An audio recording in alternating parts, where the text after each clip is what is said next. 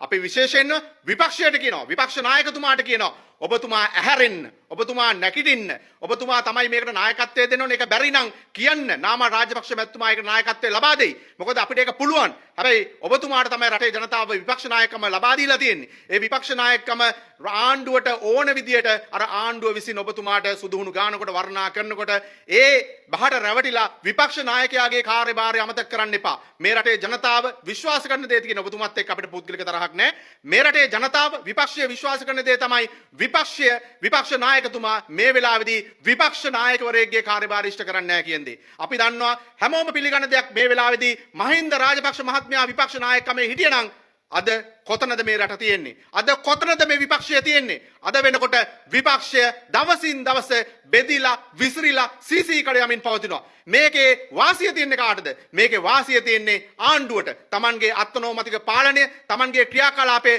සිතු පරිදි කරගෙන යන්න අද ඔවුන්ට නිදහස ලැබිලා තියෙන්නේ විපක්ෂයේ පවතින මේ දුර්වලකම නිසා. මං හිතන්නේ අපි බලය ලබා ගැනීමට බලය පිහිටවීමට පෙරව මේ රටේ ප්‍රජාතන්ත්‍රවාදය නීතිය ආධිපත්‍යය ආරක්ෂා කරන්න ඕන. දැන් අපි ඇවිල්ලා තියෙන්නේ ප්‍රජාතන්ත්‍රවාදයත් නීතිය ආධිපත්‍යයත් අධිකරණයේ මලගම සිද්ධ වෙන කාලවකවානුවකට. ඒක නිසා තවදුරටත් ප්‍රමාද වීම මේ රටේ ජනතාවට විතරක් නෙමෙයි මේ රටේ ප්‍රජාතන්ත්‍රවාදය සිදු කරන බරපතලම හානියක් විදිහට තමයි අපි දකින්නේ. ඒක නිසා මේ වෙලාවේදී අපි දකිනවා විපක්ෂය වහා එකතු විය යුතුයි. අපි දකිනවා මේ වන විට රටේ සමස්ත අධිකරණ පද්ධතියේ බහුතර විනිසුරුන් පිරිසක් මේ කාලය දීර්ඝ කිරීමේ ක්‍රියාකලාපයට විරුද්ධ වෙලා තියෙනවා. ඉතින් ඒක නිසා මේ සම්බන්ධයෙන් නමුත් විපක්ෂයේ ක්‍රියාකලාපයේ ඉතාමත් මන්දගාමී ක්‍රියාකලාපයක් විදිහට තමයි අපි දකින්නේ. අර පේන්න බොරු විරෝධයක් දක්වීමක් පමණයි අපි දකින්නේ. ඉතින් ඒක නිසා අපි වහාම කියනවා ප්‍රජාතන්ත්‍රවාදය රැක ගැනීම සඳහා නීති ආධිපත්‍ය සහ අධිකරණයේ ගරුත්වය රැක ගැනීම සඳහා වහාම පෙළගැසිය යුතු කාලය එළඹලා තියෙනවා. එහෙම නැත්නම්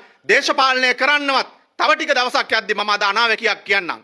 මේ දේ සිද්ධ වුණොත් දේශපාලනය කරන්නත් සජිත් ප්‍රේමදාස මහත්තයා ඔබතුමා විතරක් නෙමෙයි විපක්ෂයේ කවුරුත් ඉතුරු වෙන එකක් නැහැ. මොකද ඒ තරම් දැවැන්ත විපක්ෂ මර්ධනයකට ආණ්ඩුව සූදානම් වෙන කොළෙලියක් තමයි මේ දල්වා තිබෙන්නේ. අවසාන වශයෙන් අධිකරණයත් Tamanට ඕන විදියට Tamanට රිසි විදියේ පාලනයට ගැනීමට මේ දරන උත්සාහය තුල අපි දකිනවා අද වෙනකොට Tamanට අවශ්‍ය දේ කරන්න ආණ්ඩුකම ව්‍යවස්ථාව වෙනස් කිරීම සුදුසු නැහැයි කියපු ඒ ජනතාවට බලාපොරොත්තු දීපු ආණ්ඩුව අද වෙනකොට සමස්ත ආණ්ඩුකම ව්‍යවස්ථාම කනපිට ගහන්න සූදානම් වෙනවා Tamanට අවශ්‍ය දේ කරන්න Tamanට අවශ්‍ය විදිහේ අධිකරණයේ පාලනය ගන්න